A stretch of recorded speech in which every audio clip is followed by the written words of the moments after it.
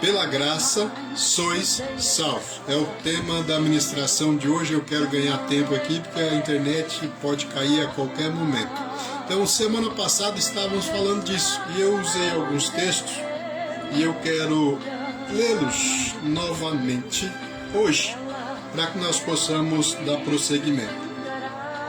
Então, quando Paulo escreve a sua segunda carta aos Coríntios, ele vai dizer assim, na despedida, um desejo dele para a igreja, é o que nós conhecemos como bênção apostólica, mas é mais do que uma bênção apostólica, é o desejo dele que a igreja caminhasse sobre esse alicerce. E que alicerce é? Então ele diz assim, a graça do Senhor Jesus Cristo, e o amor de Deus e a comunhão do Espírito Santo sejam com todos vós. Então, o desejo de Paulo e também uma orientação para que os cristãos vivessem sob essa conduta, sobre esse alicerce. O amor de Deus, a graça de Jesus Cristo e a comunhão do Espírito Santo. Mas eu também li em Efésios capítulo 2, Efésios capítulo 2, verso 7 e 8, vai dizer assim, para mostrar nos séculos vindouros as abundantes riquezas da sua graça, pela sua benignidade para conosco em Cristo Jesus. Pois é pela graça que sois salvos, por meio da fé. Isto não vem de vós, é dom de Deus. Então ele está dizendo que pela graça sois. Ele não está dizendo serão. É sois, é no presente. Então eu percebo que tem muita gente que diz que é impossível alguém saber se é salvo ou não nesse exato momento. Porque somente depois é que vai descobrir, depois do juízo, depois do julgamento, é que alguém vai saber se ele vai ser salvo ou não. Então esse é um pensamento comum entre muitas pessoas que diz ninguém pode dizer que é salvo. Mas a Bíblia diz, pela graça sois salvos. Ele não diz serão. Porém tem um detalhe aqui. Para ser salvo eu preciso caminhar nesse alicerce, nesses três fundamentos. O amor do Pai, a graça de Jesus Cristo e a comunhão do Espírito Santo. Então, quando ele diz, pela graça sois salvos, eu posso entender que alguém que é salvo, ele foi perdoado, justificado, reconciliado, remido, liberto, convencido, transformado, vivificado e regenerado. Vamos trabalhar nesse tema hoje, nesses pontos. Mas o que é a obra de Jesus Cristo e o que é a obra do Espírito Santo? Porque muitas pessoas conhecem o amor de Deus. Isso é inquestionável. Porque Deus amou o mundo de uma maneira tão grande, de maneira tal, que Ele enviou o seu único Filho, o Filho unigênito, para que todo aquele que nele crê não pereça, mas tenha vida eterna. Então o amor de Deus é visível, é patente, é inquestionável, é indiscutível, ele não tem como negar o amor de Deus. Então todos nós sabemos disso, que o que move a ação de Deus é o amor de Deus. Tudo que Deus faz é por amor, por amor. Então o que move a ação de Deus no mundo, na humanidade, na criação, é o amor. Então o amor é algo que está bem real. Outra coisa é o sangue do Cordeiro que foi derramado na cruz. Isso também é um fato inquestionável. Então o amor de Deus, se você crê ou não crê, ele é real. O sangue que foi derramado na cruz, se você crê ou não crê, ele é real, é uma realidade indiscutível. Agora tem um ponto que muitas vezes nós desprezamos, que é a comunhão do Espírito Santo. Então não basta simplesmente eu desfrutar do amor de Deus, crer no Cordeiro de Deus que tira o pecado do mundo, se eu não tenho comunhão com o Espírito Santo. Porque tem obra na minha vida para que eu possa alcançar a salvação, ela é realizada pelo Espírito Santo. Mas muitas vezes, muitas pessoas creem em Deus, amam a Deus sinceramente, tem pessoas que creem em Cristo, amam a Cristo, creem no poder do sangue do Cordeiro, mas ela não conhece a comunhão plena com o Espírito Santo. Então, hoje nós vamos falar das ações na nossa vida que é operada pelo sangue do Cordeiro que foi derramado na cruz, mas pela ação do Espírito Santo. Por que que muitas pessoas questionam alguém ser salvo ou não? Porque de repente para ele é uma incógnita, ou seja, não tem o conhecimento. Para ele é algo desconhecido, ou seja, não experimentou a salvação. Mas aquele que experimentou a salvação, ele vive a salvação. Mas a salvação é operada na nossa vida através do amor do Pai, do sangue do Cordeiro, mas da comunhão com o Espírito Santo. O amor de Deus, a graça de Jesus Cristo e a comunhão do Espírito Santo. Então, como eu estava dizendo, o perdão, a justificação perdão, justificação, reconciliação e remissão e libertação é obra do Espírito Santo de Deus em nós. Eu provavelmente não vou conseguir detalhar em tempo, nós não temos muito tempo, mas eu posso dizer para você uma coisa. O perdão, eu fui pesquisar no dicionário hebraico, grego, eu fui pesquisar numa enciclopédia que eu tenho, e perdão e expiação, ela vem da mesma raiz hebraica e tem a ver com cobrir, pacificar. Porque quando Jesus Cristo ele derramou o seu sangue lá na cruz, o sangue dele foi derramado sobre a minha vida, sobre a tua vida, e o teu pecado foi perdoado, ele foi coberto. Ou seja, quando Deus olha para mim e olha para você, ele não vê o meu e o teu pecado, mas ele vê o sangue do Cordeiro. Então, porque nós fomos cobertos pelo sangue do Cordeiro, então fomos perdoados, ou foi feita a expiação por nós. Isso você vai encontrar em Atos dos Apóstolos, capítulo 2, verso 38. E disse-lhes Pedro: arrependei-vos e cada um de vós seja batizado em nome de Jesus Cristo para perdão dos pecados e recebereis o dom do Espírito Santo. Então o perdão é operado através do sangue do Cordeiro derramado, o sacrifício de Cristo. Mas quem é salvo, ele também é justificado. E da onde vem o termo justificação?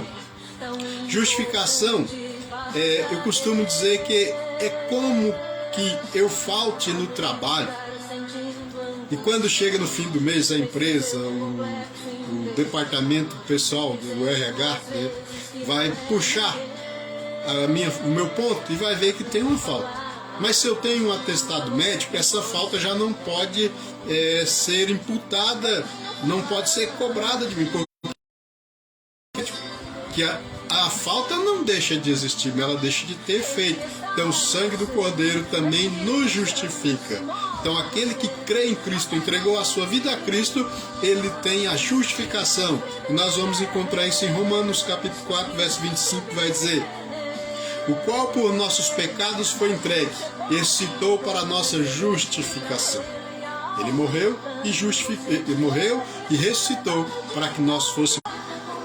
Glórias a Deus, já deu pau na internet aí, né? Voltou rapidão, deu tempo. Então nós somos perdoados, justificados, mas também somos reconciliados. A reconciliação, ela é quando a barreira da inimizade é derrubada.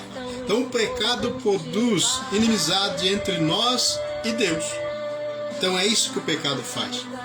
O estado de pecado, não somente o ato de pecado, o estado de pecado, ele produz inimizade entre nós e Deus. Mas o sangue do Cordeiro derruba essa barreira de inimizade e ele promove a reconciliação, a aproximação, o relacionamento e a comunhão. Onde nós encontramos isso? Colossenses capítulo 1, verso 21, que vai dizer: a vós também, que noutro tempo éreis estranhos e inimigos no entendimento, pelas vossas obras más, agora contudo vos reconciliou. Quem fez isso? Jesus Cristo. Então nós somos perdoados, justificados e reconciliados através do sacrifício de Cristo, mas nós também fomos remidos. Remissão. Remir é pagar o preço. Um parente remidor. Para quem já leu o livro de Ruth, lá no Antigo Testamento, vai conhecer a história que Elimeleque e a sua família, devido a um período de pobreza, escassez e seca em Jerusalém, eles saíram, foram tentar a sorte, a vida em outro país, em Moab. Então venderam o que tinha para pagar dívidas e foram para outro país. Chegou lá, morreu Elimeleque, morreu os 2 filhos, só ficou Noemi e as 2 noras. E voltando ela, com uma das noras, voltou a trabalhar, colher espigas nos campos para poder sobreviver. Mas descobriu que existia um parente próximo, Boaz. Ele era parente do marido de Noemi. Então, descobriu-se que ele poderia comprar de volta a propriedade que era da família. Ele poderia pagar a dívida e restituir, devolver novamente dignidade. Ele era o parente remidor, ele pagou as dívidas e pôde ter a propriedade de volta. Então, o parente remidor. O parente remidor é aquele que paga o preço da tua dívida. E agora, a tua dívida já não é mais com o teu credor, a tua dívida agora é com um parente. E nós bem sabemos, vamos pegar um exemplo, dever para agiota é uma coisa. Ele não tem dó, não tem misericórdia. Chega o dia de receber, ele vai querer receber. Temos relatos na Bíblia que muitas vezes, quando alguém estava devendo, eles levavam aos filhos para trabalhar, para pagar a conta. Mas nesse caso ele tomou a propriedade. Então nós vemos que o cobrador, ele não tem lá misericórdia daquele que está endividado. Mas o parente, ele é misericordioso. O parente vai lá e paga a tua dívida, agora a tua dívida é com o teu parente. Agora ele é misericordioso e bondoso, gracioso para contigo. E é o que aconteceu. Jesus Cristo é o parente remidor, ele pagou o preço da nossa dívida. Nós agora temos uma dívida de gratidão, é com ele, mas fomos remidos, não devemos, nós não estamos mais presos e nem escravizados pelo pecado e pelo diabo. Mas Cristo é aquele que pagou pela nossa dívida e agora nós somos servos dele. Mas também Jesus Cristo é aquele que liberta, libertação. Eu não li o texto, que fala de remissão. Gálatas 4, verso 5 vai dizer assim, para remir os que estavam debaixo da lei. Que lei é essa? A lei do pecado, a lei da condenação. A fim de recebermos a adoção de filhos. Então agora de escravos do pecado e do diabo passamos a ser filhos. Fomos remidos. Então Jesus Cristo pagou o preço para que nós pudéssemos ser considerados filhos de Deus. Então aquele que vive sob o efeito da obra de Cristo, ele é perdoado, justificado, reconciliado, remido, mas também é liberto. E libertação tem a ver com soltar, deixar ir, deixar livre. Eu já vi alguns vídeos de alguns animais que se prendiam em alguma ramagem, cipós, até mesmo em armadilhas, e muitas vezes alguém tentando libertá-los, mas eram muitas vezes animais ferozes, se debatiam e muitas vezes agrediam aqueles que queriam libertá-los. Enfurecidos, amedrontados, feridos, eles tentavam se defender, mas na verdade a pessoa estava tentando libertá-los. Eu já vi zebra, já vi aqueles, o leão da montanha, eu já vi um bocado, eu já vi lobos, muitos animais, vídeos de animais presos em alguma situação, até mesmo bovinos presos pelos chifres, cavalos presos, e alguém vai lá para libertar. E liberta, corta lá o que os prende, a ramagem, algum fio, arame, solta da armadilha, e a primeira coisa que ele faz é fugir, é correr, porque aquele que liberta não aprisiona, ele deixa livre. E eu me recordo aqui da parábola dos 10 leprosos que Jesus Cristo curou. Jesus Cristo curou os 10. E eles foram, enquanto eles iam se mostrar para o sacerdote, eles foram curados. Um voltou para agradecer, os outros 9 continuaram a sua caminhada. E esse um que voltou ainda era samaritano, se eu não me engano. Então Jesus Cristo, ele nos liberta e nos deixa livre para ir se quiser e ficar se quiser. Então, libertação é soltar e deixar ir. E muitas vezes tem acontecido isso. Jesus nos liberta e nos deixa livre. Se você quiser ir, vai. Se você quiser ficar, fica. Mas aquele que reconhece que estava preso, estava correndo risco, estava condenado à perdição eterna, à condenação eterna, e reconhece que Jesus Cristo o libertou e o perdoou, então ele agora se rende a Cristo.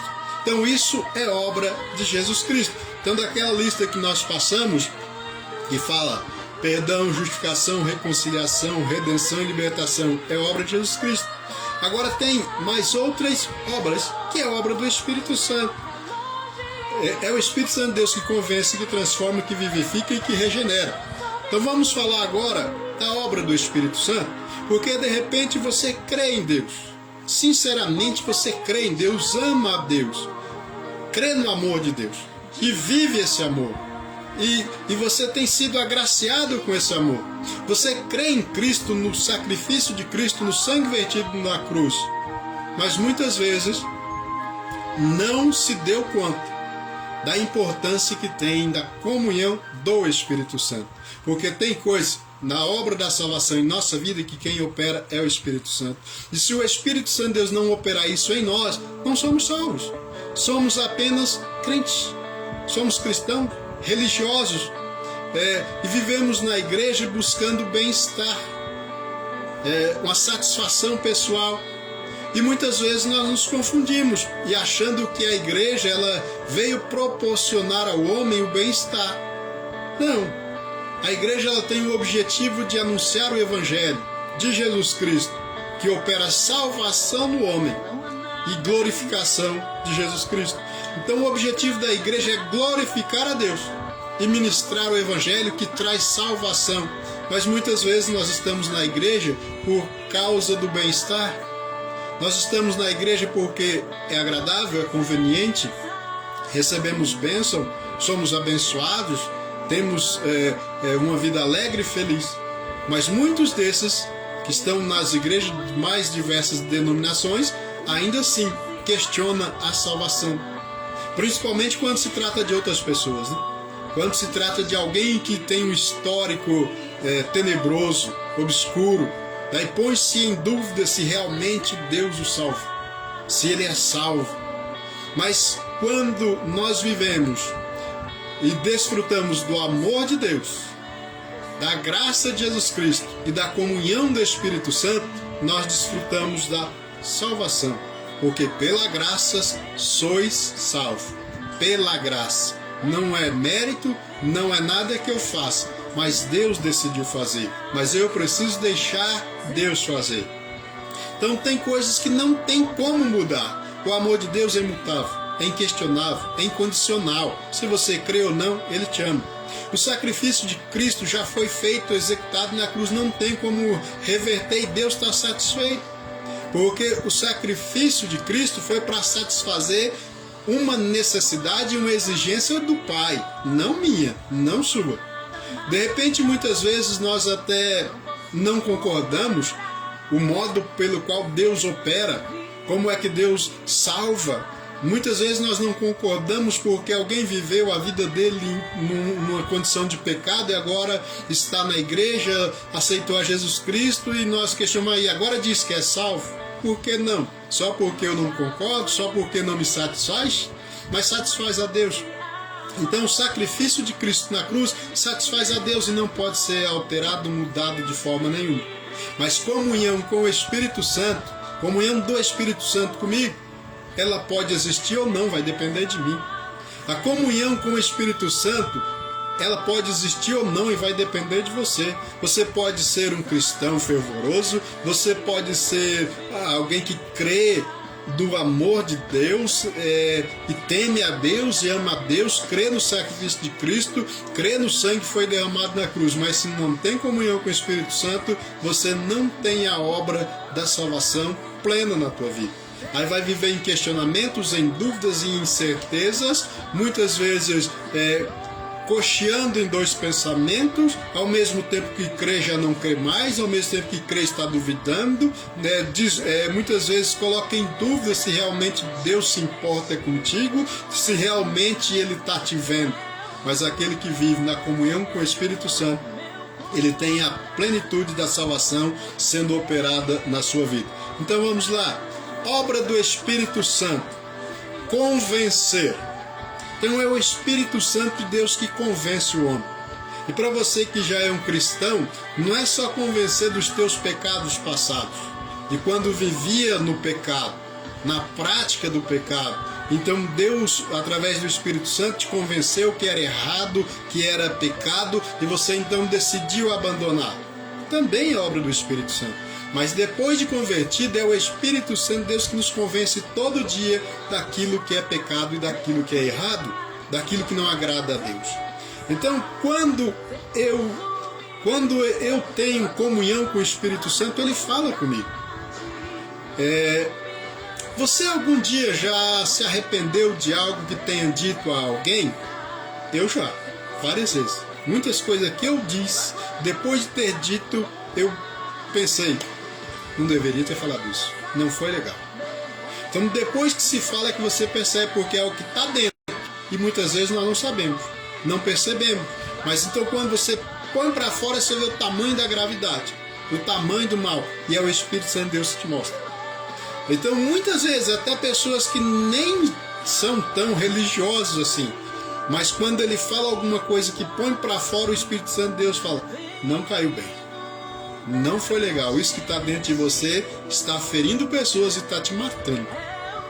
Então muitas vezes eu já falei alguma coisa para alguém e me arrependi, e pior, eu já falei para Deus alguma coisa e me arrependi, porque o Espírito Santo de Deus me mostrou que aquilo não foi legal, que é algo que não pegou bem, não era agradável, não era saudável, não era justo, fui injusto ao falar diante de Deus. Então tem hora que a gente precisa colocar para fora o que tem dentro, e uma forma de fazer isso é orando. Então muitas vezes, orando, eu falei coisas que eu me arrependi, porque o Espírito Santo de Deus me fez ver que tinha algo dentro de mim, que saiu pela minha boca, que estava fazendo mal para mim e estava prejudicando a minha comunhão com Deus. Então essas coisas a gente tem que tirar. Então orar não é só pedir para Deus.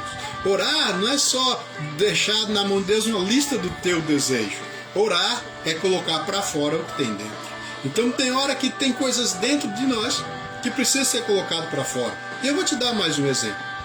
Dias atrás eu precisava ir ao médico em Maringá. Eu fiz uma cirurgia no ombro e durante 45 dias era para mim usar a tipóia. Eu usei a tipóia uns 42 dias. Os últimos 3 dias eu não estava usando. Aí no 45º dia eu precisava ir ao médico e eu falei, eu vou sem tipóia. Eu não estou usando tipóia mesmo, já faz 2 para 3 dias que eu não estou usando, eu vou sem. Eu nem vou usar. Só que no que eu estava pensando isso, o Espírito Santo de Deus, ele é uma pessoa que anda comigo. Ele sabe o que eu penso, ele ouve o que eu falo e vê tudo o que eu faço. Enquanto eu estava cogitando essas possibilidades de não ir de tipóia, eu também não ia levar a tipóia. Aí o Espírito de Deus falou comigo, o médico vai te perguntar da tipóia. E eu pensei, e falei com o Espírito de Deus, eu falo que está no carro. E ele disse, e você vai mentir? Eu falei, não, eu vou levar a tipóia e colocar no carro. E foi dito e feito. Cheguei na sala, conversa vai, conversa vem, e ele falou, cadê a tipóia? Eu falei, tá no carro. Porque de fato estava no carro. E eu ainda completei, falei, mas já tem uns 3 dias que eu não estou usando mais. Ele falou, não, mas eu ia te liberar mesmo, só queria saber. Então tem hora que nós somos colocados em situação que de repente você pode mentir. E é uma coisinha boba, mas é mentira. Então eu estava disposto a sair daqui, não ia levar a tipóia, e se o médico me perguntasse cadê a tipóia, eu ia falar, tá no carro. Mas o Espírito de Deus falou, vai mentir? Aí o que eu fiz? Levei a tipóia e deixei no carro, não precisei mentir. Então essas coisas acontecem. E um texto para que você saiba está no Evangelho de João, capítulo 16, versos 7 e 8. Que fala da ação do Espírito de Deus, é Ele que nos convence do pecado. Até aquele que crê em Deus, crê no amor de Deus, crê no sangue do Cordeiro, precisa ter comunhão com o Espírito Santo, porque na hora que você pensar ou colocar para fora algo que tem dentro de você, Ele vai te dizer, vai te convencer de que não foi legal, que não deveria, que não foi justo, foi incredulidade, foi falta de confiança e de esperança em Deus. Mas ao mesmo tempo que ele te convence, ele também te abraça e te consola. Então o Evangelho de João capítulo 16, verso 7 e 8 vai dizer: todavia digo-vos a verdade, que vos convém que eu vá, porque se eu não for, o Consolador não virá a vós, mas quando eu for, vô-lo enviarei, e quando ele vier, convencerá o mundo do pecado, do juízo e da justiça. Ou da justiça e do juízo. É isso aí. Outra coisa é que o Espírito Santo de Deus opera, além de convencer todo dia, o tempo todo, ele convence de outras coisas, do amor de Deus, ele convence daquilo que é certo, daquilo que é errado, daquilo que convém, daquilo que não convém, ele que te direciona, ele é, além de revelar. O Espírito Santo de Deus é também que opera em nós a transformação, ser transformados.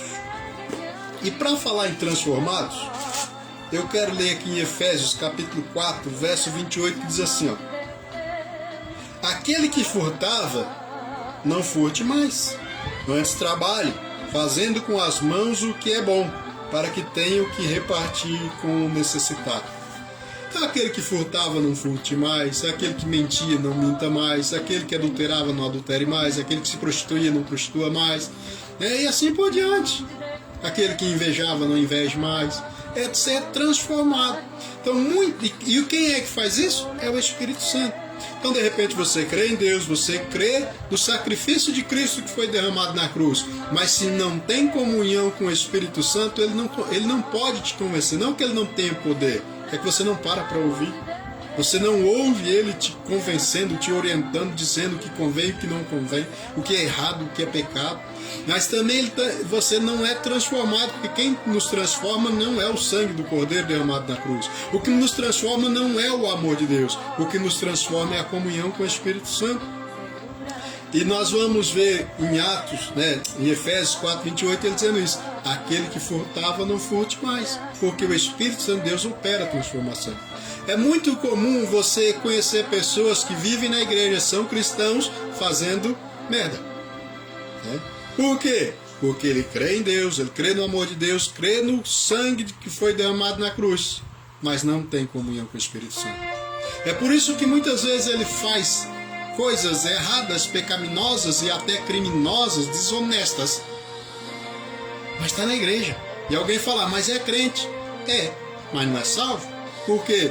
Porque crê em Deus, crê em Jesus Cristo, mas não tem a comunhão do Espírito Santo. Ele não é convencido, porque se ele tem comunhão com o Espírito Santo, quando ele tentar planejar fazer alguma coisa que não for legal, que não for justo, que for desonesto, o Espírito Santo de Deus vai falar com ele. E se ele é um servo de Deus, ele vai ouvir. Se ele é verdadeiramente um salvo, ele vai ouvir o Espírito Santo e não vai fazer o que pretendia, o que foi induzido, seduzido a fazer. Então essa é a importância de ter comunhão com o Espírito Santo, ser transformado. E nós temos aqui segunda carta aos Coríntios 4:18, eu acho, que vai dizer assim: mas todos nós, com o rosto descoberto, refletindo como um espelho a glória do Senhor, somos transformados de glória em glória, na mesma imagem, como que pelo Espírito do Senhor. Então é o Espírito de Deus que vai transformando o nosso caráter e nos levando a ter a imagem de Cristo, de glória em glória. É obra do Espírito Santo. Então não basta crer em Deus, não basta crer no sangue derramado na cruz, é preciso ter a comunhão com o Espírito Santo. Além de convencer, transformar, o Espírito Santo de Deus produz vida. O pecado produz morte. Mas tem um bando de gente andando na rua. É morto-vivo. O corpo, a alma está vivo, mas o espírito está morto. O espírito humano está morto. E é o Espírito Santo que produz vida. E vida no espírito e não na alma. Viver pela alma é viver pelas emoções, viver pelos sentimentos, viver pela razão. Intelecto, vontade e desejos. Desejos que a Bíblia vai falar de concupiscência, porque existe o desejo que é legítimo e existe o desejo desordenado, descontrolado, que é chamado de concupiscência. Por exemplo, um pecado bobo, glutonaria. O que é glutonaria? É o comilão. é aquele que vive para comer. Então, o próprio Deus criou em nós o instinto, o desejo de alimentar-se, o desejo de sobrevivência, o paladar aguçado que sente os sabores, os aromas através do olfato. Mas só que aquele que vive em desejos, vive na alma, vive na carne, ele até isso é descontrolado. Fora os outros desejos, né? Que perde o controle e torna-se concupiscência. Então, o Espírito Santo de Deus produz vida. Então agora eu vivo no Espírito, vida no meu Espírito, não na carne. Quem governa a mim é o meu Espírito, não a minha alma, não os meus sentimentos. Tem gente que vive de sentimentos, de mágoas, de raiva, de ira e tantas coisas. Mas aquele que vive no Espírito, ele é guiado pelo Espírito e a vida dele é no Espírito. Então nós vamos encontrar isso. Segunda carta aos Coríntios 3,6, que está numa letra azul, eu não consigo ver de longe. Que vai dizer assim, ó: Ele nos capacitou para sermos ministros de uma nova aliança, não da letra, mas do Espírito, pois a letra mata, mas o Espírito vivifica. Então a letra em si, a lei que foi dada, ela não tinha o objetivo de produzir vida, mas de colocar limite no homem, de colocar limite, domínio, para impedir que as pessoas fizessem o que quisessem de qualquer forma. Mas não era o objetivo de Deus que elas vivessem pela lei, mas pelo Espírito. Mas como era mais fácil eles deixar de viver no Espírito e andar na carne, tinha a lei para coibir, tinha a lei para colocar limites, tinha a lei que trazia correção e muitas vezes até a morte. Então a lei, a letra, ela mata. Ela não produz vida, mas o Espírito vivifica. Mas desde os tempos antigos, Deus sempre quis que o homem andasse pelo Espírito. Mas muitas vezes ele preferia andar na carne. E andando na carne, ele tropeçava na lei. E a lei, então, punia. Então, a lei, ela é boa. Existe um monte de lei que nos governa. O problema é quando você infringe. Se você infringir a lei, ela te pega. Se você não infringir, não tem problema.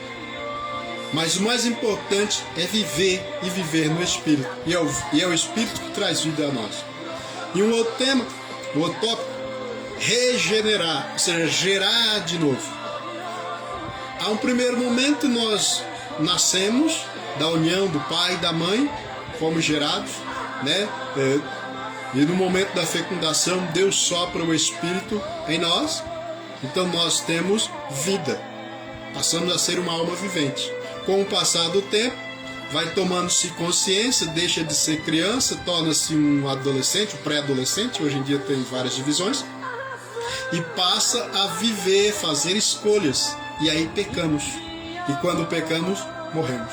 É por isso que a Bíblia vai dizer: deixai vir a mim as criancinhas, porque delas são reis dos céus. Porque até que ela cresça e entenda, faça escolhas, e muitas vezes escolhas erradas, ela não tem o pecado. Mas a partir do momento que começa a pecar, então torna-se inimigo de Deus e precisa de salvação. Mas a salvação não é somente através do amor de Deus, não é somente por causa do sangue derramado na cruz. A salvação também é operada em nós através da comunhão do Espírito Santo. Então o Espírito Santo de Deus, depois que cresce e começa a fazer as escolhas e muitas vezes pecar contra Deus, morre. Está vivendo na alma, mas o Espírito está morto. Então agora ele nasce de novo, ele é regenerado. Então o Espírito traz vida, mas também traz uma nova natureza, a natureza de Cristo, mas não a natureza pecadora. Perdão, não existe essa expressão na Bíblia. Não é a natureza caída, de pecado, que vive em pecado. Mas agora nós temos uma natureza de Cristo. Nós temos o caráter de Cristo, então somos gerados de novo em Cristo, para Cristo, através do Espírito Santo. Então, para que você entenda, e o nosso tempo já vai se avançando e vai dando medo, que depois das 20 horas a internet pitinga. Então nós vemos obra do Espírito Santo, obra de Cristo e a obra do Pai. O Pai é o Criador por natureza. É claro que toda a divindade participou, mas nós percebemos que quem encabeçou a criação foi o Pai. O amor, nós vemos o amor pela criação, ela é mais patente no Pai. Não que o Filho e o Espírito não amem, mas nós vemos que o Pai é movido por isso. Cristo, ele é o Salvador, no sentido de ser o sacrifício. Mas o Espírito Santo é ele que convence, é ele que transforma, é ele que produz vida, é ele que regenera. Então, não basta simplesmente eu ter uma religião. Não basta simplesmente eu crer em Deus. Não basta simplesmente eu crer no Cristo. E muitas vezes carregar isso estampado, camiseta, adesivos afixados no carro, se eu não tenho a comunhão com o Espírito Santo. Então a obra da salvação não é plena, não é completa, não é real. Torna-se apenas religião. Um bem-estar. Estamos na igreja porque ela traz um bem-estar, uma satisfação. Mas o objetivo da igreja não é produzir bem-estar nem satisfação na vida do homem. O objetivo da igreja é pregar o Evangelho. O Evangelho que salva e que glorifica a Deus. Então o objetivo da igreja é glorificar a Deus e levar a salvação à humanidade. Não é produzir bem-estar. Não é produzir aquela sensação agradável de ser bem-sucedido, de ser próspero, pura e simplesmente. Salvação e a glória de Deus. É esse o propósito do Evangelho. Então que nós possamos entender isso.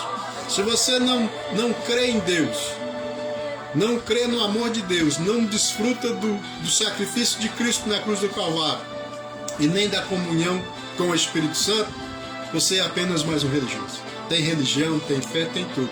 Mas quando fala de salvação, tem muitas dúvidas, muitas questões, põe em xeque, põe em dúvida, não tem certeza de nada. Mas eu tenho certeza. Sabe por quê?